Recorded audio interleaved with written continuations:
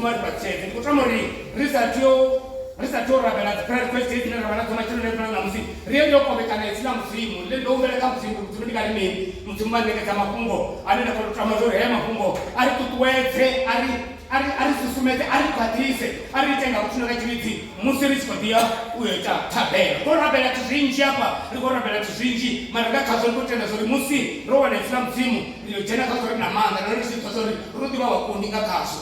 sina ndaba zori zokula mutsimu bari patsetse dombera pa mwana wa shuma tume bari mafungo hapa Bogonia shuya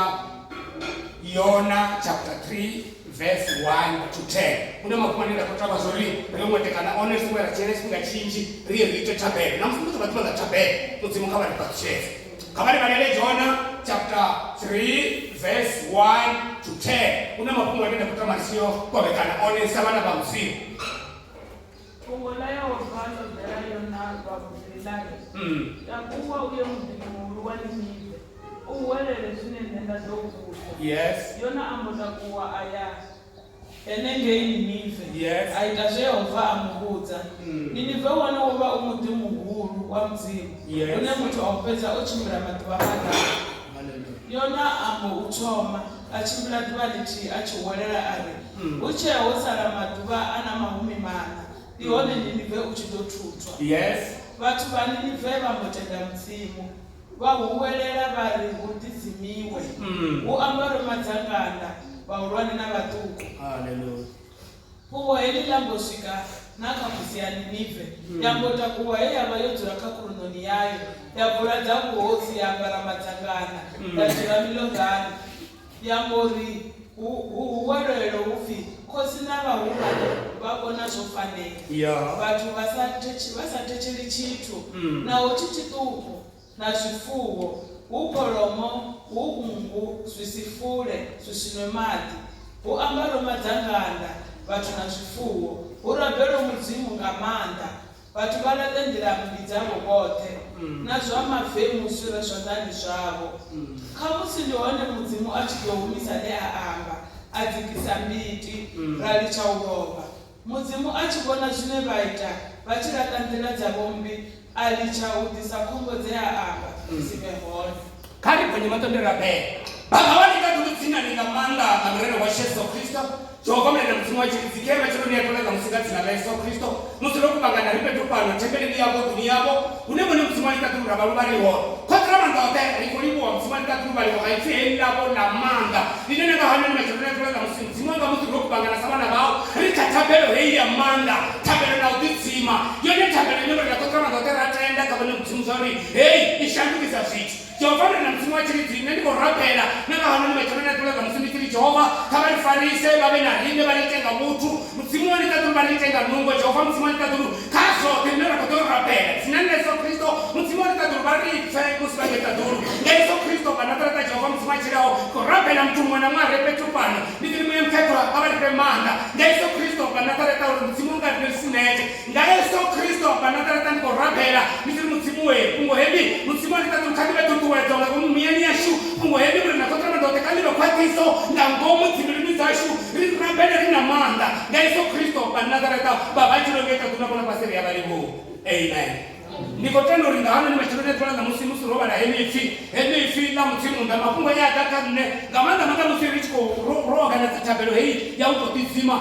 tabelo kabari ndibabuze ayongo batabelo kamusi ya utoketa mtu ayongo batabelo kamusi ya mbalo ayina limiti nitabelo ye ya welo kamkumwe na mumwe ngamanda kama chibe chino chapana aka apostolic unit roba rotembela na onero kutendela na zinori musiri na tabelo ya shaka lonoru arani bana konani yabo kana bana mwana bafana na yono jena kana kai makarete kama mubutoni ka apostolic unity ngamukiwe rina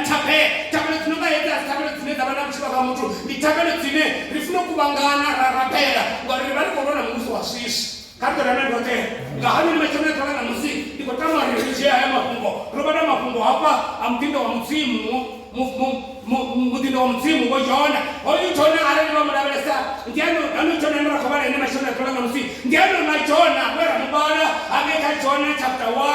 1 verse 1 to 3 anu na Yona wefungo na msimu la takae la amba na ilari Yona itakuwa uye mtini wa Ninive uba hueleli mabutizori zili zvavo zvosvika panahanga kari kakamendrote hoyo muti hapo ndakabara hone machorone kola kamusi ndikobara ngama kumbane yona ukoto dogoto hunyora bubiri ifuna mutimwe kungoloto toba nabando mabutakari yayi mutimwe waneneze usike ubabutizori bubi habo buchinyi habo osika panahanga yona achira beresa abonori nenize ene ngaskonoya otosibona ndia osibona ngari hangoya otochabena transis ndiyakubona yona konga chikoshaba bagungwa chikosela transis hapa hune kutuma ina wone namusi obachi kutobuya achipaka transis achikutopapasi achikogonyisa kagarana ndote mara hapa ngamanda nikotama ngalo nimechona tola namusi hichi tukutana ngamanda hapa enda mara one kana nimechona hapa kajona chapter 3 ifuna mtu mndiri fungola na Yehova na muya kajona na kumilidani takuwa uya mtini mumuhuru waneneze uwele nishina kuhubuza uwele nishina kuhubuza kagarana ndote gaimudi na mtimo wa samba zori shiri zozo suka patana uri iyani uwele nishina kuhubuza ifuna mtimo ndiri hoyo munna hapo takabati matima hapo takabati matima ngori obati motokanzi wachi kofa kwa mwakowe utoka kuharepo hoyo ni nisofuwa mtimo ngurane mtimo ngurane ukuma une mtu aupenda ochimira matwa mararu mara hoyona ifuna mtimo likontakaza hufi ochimira au mwana matwa lichi aba opete kagarana rote adamu wala yona sada kagarana yona sada kagarana yona sada hoyo munna mtimo ochimira matwa mararu ene aupeta ngatwa lichi ifuna mtimo ndiri ndichita vene sabatu hedoro kungendele mwe ulisakayo ndokuda vene sabanda balori nenga babo bati bagande bejo na babo kutuma ngaka hoyo mutane baba na sauti bana vene sabatu ono sori ndi mutiwo mwachitura bati bane bakira 120,000 wabo bati machinga mara yona bati mane ngaka baliti if you mtu mndiri obo ono saramule kamti days one hosara 40 days hosara matuwa amaume mana uri hoyo mtu waninife ututiwe hosara matuwa amaume mana uri hoyo mtu waninife ututiwe kama ndi babute ama mwewe bachikoni wagayona oba sawele na chusmenya saneka alta kolo oba saneko asa uwele na chusme shato saneka nyametanori shutiki sanjo oba achi uwele achikopira ali hosara 40 days hosara matuwa amaume mana uri hoyo mtu waninife ututiwe hosara mtima utuwa amaume mana uri hoyo mtu waninife ututiwe oba saneko kutibazori kana bakori nini kana oba sabibu na mutiso ene chawo bachikotwa bamuleza betwari hosara matuwa amaume mana hosara 40 days uri muti waninife ututiwe ifuna mutimu ndakata ejaje wachemera chikopira batu waninife ifuna mutimu ndiri bakaluwa kakoma matonio ngani ngori batu waninife basa kutisha zori nibaita shiri boni bane baba chituti kakara ndote wani kwani babuzi ube wabo murando na mtu wa bita shiri uko soko babea murando ene munotula chituti ene munotula chituti na mutiri kungatambona ngabatu rabengone ngabatu ngori rikomba na bulungi lungi zatu zinebone bashiki kakara ndote sito bane mbisipika chachiri kakara michiri ayama mundane ngabajatare mutimu unachiri na kache bone ifuna mutembeleri yono bastababu takari bone bochinyamini kana bochinyamini obachikoze koto huela petuzori shashino hosana 40 days uri muntu waninife ututiyo ayama mundane nichabala nichalabesa ndabona achikwa manga ko mundani yanga ndabona achikwa manga ko mumuyani wanga ndawri bone arani khabari ndibabu zekana nimachona tola musi arani bana kama yabo kana arani bana shaka gabo kana arani na sotu sotu bone tuba zine baphamula yenza unova mzimuni lichikwam uchikwamba ngabone ngasho sithi tuba zine bone bapha mulayenza unova mzimuni uchikwamba nabone ngasho sithi kama dimezori asinga kumi enepo ezo zitu na musibo babuzo bapumula sone zito asiko ya pa kangere nempete etla zitu sema babuzo sone zito asiko ya pa ifuna mutemu ndirichone oda na utoma ayo sini soma ndizo sika pandanga abana matu yona mutishawa atwa tarasisi eza ziko shaka ziko tarasisi matu wako pe kangere matu wako pe kangere matu wako pe wewe bana mzimu kana mbele ropa kuna matuba ameshaka ashu kuna matuba amidiashu kuna matuba anishumo yashu kuna matuba kuna matuba kama ndizi kwamba shi ndikama ndo taronga 3 days kama ndizi kwamba shi ndikama ndo taronga 2 months kama ndizi kwamba shi ungaba ngongo opeta kama ndizi kwamba shi bangambo na opeta kama ndo te we don't know how many days left ali ndizo matuba kwa sababu ni mangani wani nene ni ndio wao mtoka hadi mashona tola musi kama ndizo ni neno bali kuchira kachunga cha chiriti ngori matuba mari abo bati baninife baba chetu bazuri baita shini mwana baba sasa basta pi 40 days ara yona sabato batsungulera baba sasa itiva homa hosara natuba 40 days uri wewe mtu waninife ututiwe mara baba sasa itiva ndingazo homu norwamba ekaje hosara 40 days uri wewe mtu waninife ututiwe ndiri muhaba bana ngari flam temu ndiri moto rupaya mahumbo abo tatoroka bachimutelele we flam temu ndiri abo titomora ganiwa uri karito tizima karito ranendate karito tizima karito tizima wewe situ sema ragana soni kama ndisho kama ndapanda mzima karito ranendate ejo tukara ragana soni kama chirene tola kama mzima chiso kama ndaka msimu ngoni zumisa marote zumisa tikombo zumisa titaito zum karito zumara soni karito zumara soni sila marote zimela tikombo zimela timfu bali ba kontra meso mtamsika basa tabenene kama kama chirene tola ngoni mwafuti tabenene kama kama chirene tola ngazimo kama sura bale seka yo mtinga msimu ifuna msimu nili abo banna banini fe ifuna msimu nili barangana bali kaudi timiwe zibiwa usongoni wa chichi ejo usongoni wa chichi zashikana msana zashikana kosi bali kwa ribone asinandawa sorikana wakatibo chipia asinandawa sorika tsofimonyi asinandawa sorika tunakai mara ufikosi alini feito sifa na yone yamodifuna tabu hosi ya mara matangana ya bisera mapuse ya turamilora na yone yakawa mkosi ya visa message yani kawiti wasine chakula kwamba karibi timu kauweli mwenga manda uri watu wanateza mavemu na zabuya dazure sadani zabo urapewe mutimu ngamanda kadri ngamanda watu kaweli tarilite za muvemu na zabuya dazure sadani zashu nuri yapo ni nife baba utini bafa harito harini ngorufeni chakala za tibichitu mara ufi hafi kauli chwe za muvemu na zote zisati marei watu blate hi urapewe mutimu ngamanda uri koromo uri mbuzi uri mbu sisifure chitu sitabele ziketa kuri mbuzi zinga dozi kongaya unatapele zimwe chakuna kuzita zazo funa tijwa na shuo za save kuri mama matimuni rikwa aje upande wa kana zikerekena kwa shaka zimbuzi ni mahaya aje upande wa kana kwa shaka zikoromani mahaya aje upande wa kana sala na tikubu wanjema hafi ange ninife hafi na zimbuzi na mini zisi lesisi urapewe mutimu kama si mutimu washu udori kapijabo au umisamati kombo tinya wakazi kadra lelorote ifuna mutimu niri ungu hatitimiwa ninife batitima bahumeni na batuku nduriye bayi fasting saka kumeni wa mutu ifuna mutimu niri batitima mara mafano kontaka tanduri ufinye hofa eti achibona shine baita Yehova yeshi achibona shine baita kabari babuze bisha kuna musi riko rabela ipano banja bashiti ringaditi baba mu mtabako basema rijimi ya baba mu mtabako na kubara bati baje kwa washona sio kuitwa nini mara hebu ne rakosita hapa Yehova mtimu atatumbuko sibona ngeni Yehova bananesa hata nenda tena amen kama tunaleta nje kwa panda bali ndio ndagaleza tangu kwa baita mtu yeshi kuna nimetabiri ni kitima ngamu hapo una ndara yeshi kuna nimetabiri ni kitima ngamu mminya hapo mwenye wao una tora yeshi kuna nimetabiri ni kitima una unengo wafuna wako wako hone sino yeshi kuna nimetabiri ni kitima hapo kitima shiwa kati na mara kwa kitima tusinji na chibiro lobona na nini lakini kuna kwa mwana tusinji mahaya sisi kutana na bako kote ya masini ni timbe utuko nyako saliwa mara kitima tusinji msimu kobo kata nene yote ufi yeshi achibona shine baita umisa hedna ni kombo zasi chabaho nende mani kuruka ni masera kwa musi mianga baba makati anga mratwanga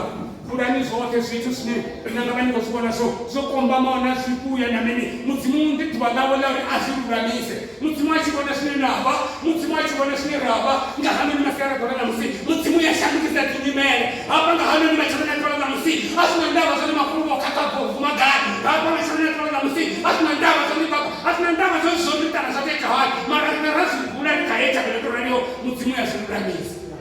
kando la lolote mutimu ya shangiza ndi mutimu wa chirizi ndi mutimu wa katuchele kama tunangalo kama sasa bati oyo ndi mutimu wa chirizi yona uri no uona hoyu John ngori ndo uwona ndingazo ndo roma na ne ndashavela takasisi ngori ndo zvidiva zvori kumudzimu wakatuchairo umudzimu wachiridzi aupata vanyutina ne ndamara John chapter 4 mani ndisatwa kure kakutopeka manyandipedzera makuru yone chapter 4 amudimbaina broka verse 2 yotabanya ni kwa John chapter 4 verse 2 John chapter 4 kana muditoma ni kwa 1 2 ali 1 2 Yona eneza to mupipera zuru Zamusinyu amborerela Yehova ari yawe Yehova nizone zvenda amba ndichengeisha ngoni la hashu ndingazve nezvi ndoramba uri ndishavere takasisi ngaundaziva uri mudzimu wabwavo nachiridzi autabanyi usinyuwa uwa kuti uhuru kuhumisa khombodze wa aba. Yes, good. Uwachiridzi uhumisa khombodze wa aba. Ndikubona kuti hali masera balaga musi ridemuze risiko yorabela hapa riko rabela sinera kuti masiba hone riko rabela sinera kuti tupasire hone riko rabela sinera kuti kusitsivela machoni yashu riko rabela marwa tena matupo riko rabela shit riko rabela tusinji rio rabela chinaone kama ichelekana kama zrimwe na zrimwe kama zrimwe na zrimwe mudzimu bakutama udanisa nati dinzori batwa Ninive batwa Ninive bachikuri bachikorabeleketa pelo baribini mara bachikurisana sadani tabani Jehova wachiridzi mara mudzimu washikona sori bakudika kupaza bakonatambira tabombi bakonata samavenu bakonata unazviti kando unazviti kana mudzimu wewe bana unazviti kando unazviti unazviti ameni bachikosibona sori rikatabani yokidzima mara ndichandoputa kuti kodoraiwo kava kudatele tumbo tuvanana musi vakuhwelele mudzimu tokuhambwele kandi nanendote nditumazori mudzimu ari hambwele koinde mudzimu wachiridzi ufi vati vaNinive vatenda mudzimu vahwelele vari kuti dzimwe kambaile chapter 3 verse 5 to 9 kama wachitisa amanda tohoro hoyo mudzimu wachiridzi ndi mudzimu ane habaleli mutu uchinyi kuzahambwele iyo habaleli mutu uchinyi unenasa kukati chene yano rutumaira hawa tikarembulwa shanya kuti mukwama shanya kumubava uri ndikanachi vachidza mudzimu wari nendiya vachidza ndivatikodzanisawa ndivachisi vatu vanini vevamotenda mudzimu vahuwelela vari utidzimiwe wambarumatangana yes good uwoelilambosvika naakosiyaninive yambotakuwa eyavayodzura kakuridoni yayo kakarina kakosiyaninive Kakarina utidzima itoda vatu ngamanda richiva vatu vane vavahambu vatu vane vatikokuvara kosina inechizvifa neyone yatsaka kunona yabvura dzakuhosi yambaramatangana yadzura milorani haleluya yes yambori uwelelwe ufi kosina vaurwane vavona zvofanera kosina vahulwane kandori kosina vahulwane etakanarivailavelesa yoganisaka vatu urakapanda renyowe tandiridizime urabele chilizo tandiridizime rabele kana dzina mavatu vashi tandiridizime rabele vana vachu tandiridizime rabese mita yashu tandiridizime rabese namashaka ashu idari tandiridizime evirorana rotorali rotorabela mashaka ashu zikolani dzashu rotorabela namita na mishumo rotorabela zvitu zote zvine zvaritupa mazironi ashu rotera zvenesvo katori rotera zvenesvo kavatodova rotera zvenesvo anoni vana prayer question rini yavo kavaibhuria masiyara dzoroga musadzoona mudzimu dzoitandururu kandoremendote kosiyari kaudzidzimiwo ungandone mudzimu yambori uwelelo ufi kosina vaurwane vavona zvofanira vatu vasati chiri chitu nauchichituku nazvifuwo ukoromo uumbu zvisifure zvisine madi uamavadzakana vatu nazvifuwo urambero mudzimu ngamanda vatu varatendera mbi dzavo vote nazvamavhemuzura zvondani zvavo kamusi ndoone mudzimu achidoumitsa lea ako adzikisa mberi zviiti ralicha ulova mudzimu achigona zvine vaita vachivata nzira dzavo mbi alichodisa khombo dzeaavo dzisive hone yowe kandari alichoita khombo dzeavo ukobona vakonata zvitro tainata zviti tinoona mudzimu dzoomesa zviti ufe mudzimu achivona zvevaita alichoudhisatira khombo adhisatira khombo kava ndiva kutsenga hano masera dzanaga musi apapo kune Matthew chapter 12 verse 41 kuna kutoka kwa kunyeleza mafungu haya Matthew chapter 12 verse 41 hapa watu waita siku zinochallenge waita siku zinochiandakaza richana chipinga ahuna chetu chine mudzimu wasisikola zote zvine zvariremera zote zvine zvaritupa zote zvine kamuzirisitama namusi vabhura mudzimu yaunisa haleluya kavali mwana vantu vaninive vadovhuwa namushaka uno mazuva nakatoro vantu vaninive vadovhuwa namushaka uno mazuva nakatoro varurara vaurivone voshanduka ngamukosi wa Yona ngaurivone voshanduka ngamukosi wa Yona unobonani atirahoyona kupana zvinobonani atirahoyona kupana kone zvine namusori namurena Yesu Kristu kandoravenda rute vati musirime rudzima rorurali murina weyesu Kristu uriravesanga chiridzi musirime rurali rudzima rorurali murina Yesu Kristu vashu uriravesanga ngamato avutu uriravesanga mfuno that's why we have to refer tenderness baba obaitobekera musirime rikatabera dzotorali ariitele zvote chinera zvitoro ariitele zvote ari kundere hote unorinera kundere ndikazovachivona ngenyina panoshange kamushima vaapostoli chapter 17 verse 30 to 31 ichiri mudzimu ndoricha uhumbura zvevati vaita misi vasati dhiva onekera unokudaya vatu vote tumbo dzote uri vareburuwe ngauri oveya tuvalitidi neadosengisa chako totengavo muhatorine munhu anonga wayakuveri vatu vote vamutenge aniwamuzusa vafuku takoranandote mudzimu udoricha uhumbura zvevatu vaita misi vasati dhiva kavatori zvevatu vaita kavatori zvevatu vaita wewe banama watu ribaita zvitu karitori anandete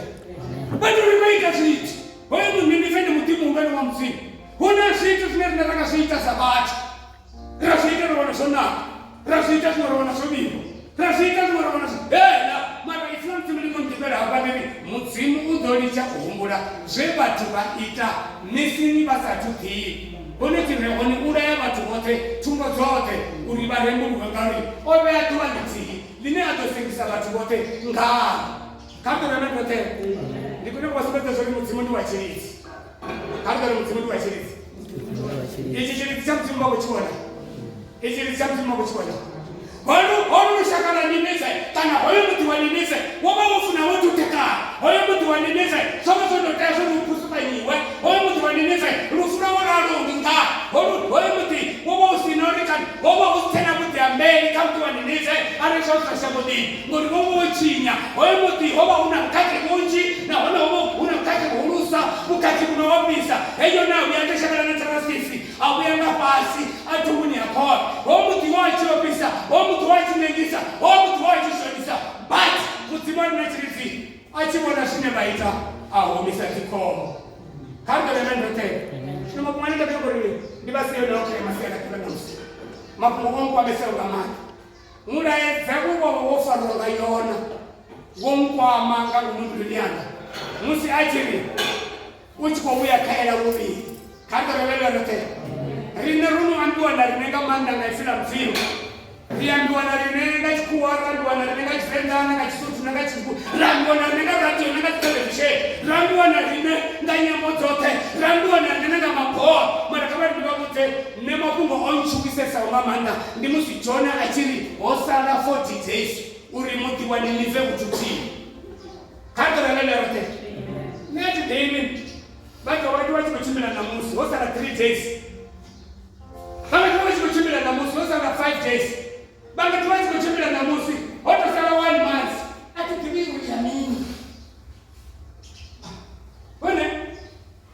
wende tuwazi kutonga ngabanga otosala 3 days yopande mamsumolo otosala 4 days yone kutihela unatikombo njitole mbele lao zinenga tabelo hei muzimu yakona tukindirowa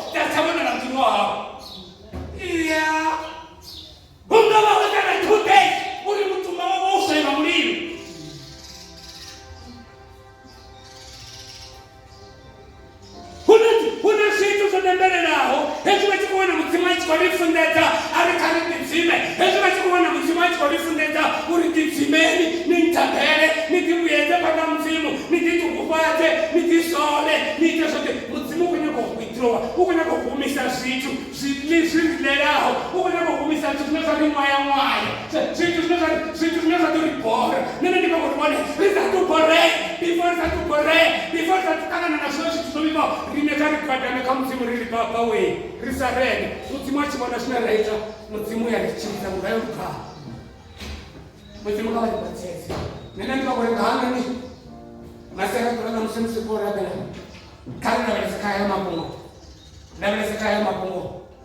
uri musi Nineveh tshi khou ṱoḓa u thuthiwa vho ri tatabelo na u ḓidzima dzima humisa khombo dze dza dzi hone a humisa malwadze humisa dzi problemu a humisa vhushai a humisa zwezwo zwa zwina khou ita a ri humisela rine ri sala ro takala vhaḓivha ri nga maanḓa musi ro kuvhangana fhethu fhano kha musi vha wane ho sala swondaha mbili ri tshi khou kereka fhano tshi ḓa vhona wana tshikereke tsha sokou itisa zwone vhana vho takala vha wana mudzimu watshi a tshi zwi withdraw ri ya phanḓa na phanḓa nga maanḓa nda ndi khou vha sorry zwezwo zwine rine ro ḓithemba ngazwo zwezwo zwine ra khou ḓiphina ngazwo zwezwo ra fhulufhele zwone arali rine ri kha thabelo hei kha ri rabela ro ḓo fhulufhela vhukuma ngauri rine a ri khou ya ra vhona na u fana hafhanoni ri khou vha pfha vhaimbi vha tshi ri a ḓi ḓivhi nga matshelo ḽi ḓiwa nga Yehova vha songo pfha nga ri kha musi u khou sokou vha sound fhedzi kha vha ni humbule vha ni fhedze uri hezwo zwithu na matshelo a ḓi ni ḓivhi ḽi ḓiwa nga Yehova ndi uri nga iṅwe nḓila a ri ḓivhi na zwo ri how many days left kha zwidebe a ri ḓivhi zwo ri hu sala maḓuvha mangana hu na vhathu vha tshi vhona vha si tsha vhona hu na vhathu vha tshi pfha vha si tsha pfha hu na vhathu vha tshi ita mini vha se zwithu zwi a ṱuwa kha muthu una ḓo zwa zwi hone a ri ḓivhi zwo sala vhathu vha mangana hezwi nṋe rona ri khou kona u fa ri khou kona u amba ri khou kona u vhona ri khou kona u tshimbila ro dzula zwavhuḓi na miṱa yashu mahayani ro dzula khamusi vha tshi khou vhona na zwiṱuku vha tshi khou tamba khamusi vha tshi khou vhona na television ndi tshilidzi tsha mudzimu mudzimu kha vha ḓidzese kha ri takuwe ri ye ri ita thabelo nṋe ndi khou tamba ri tshi ita thabelo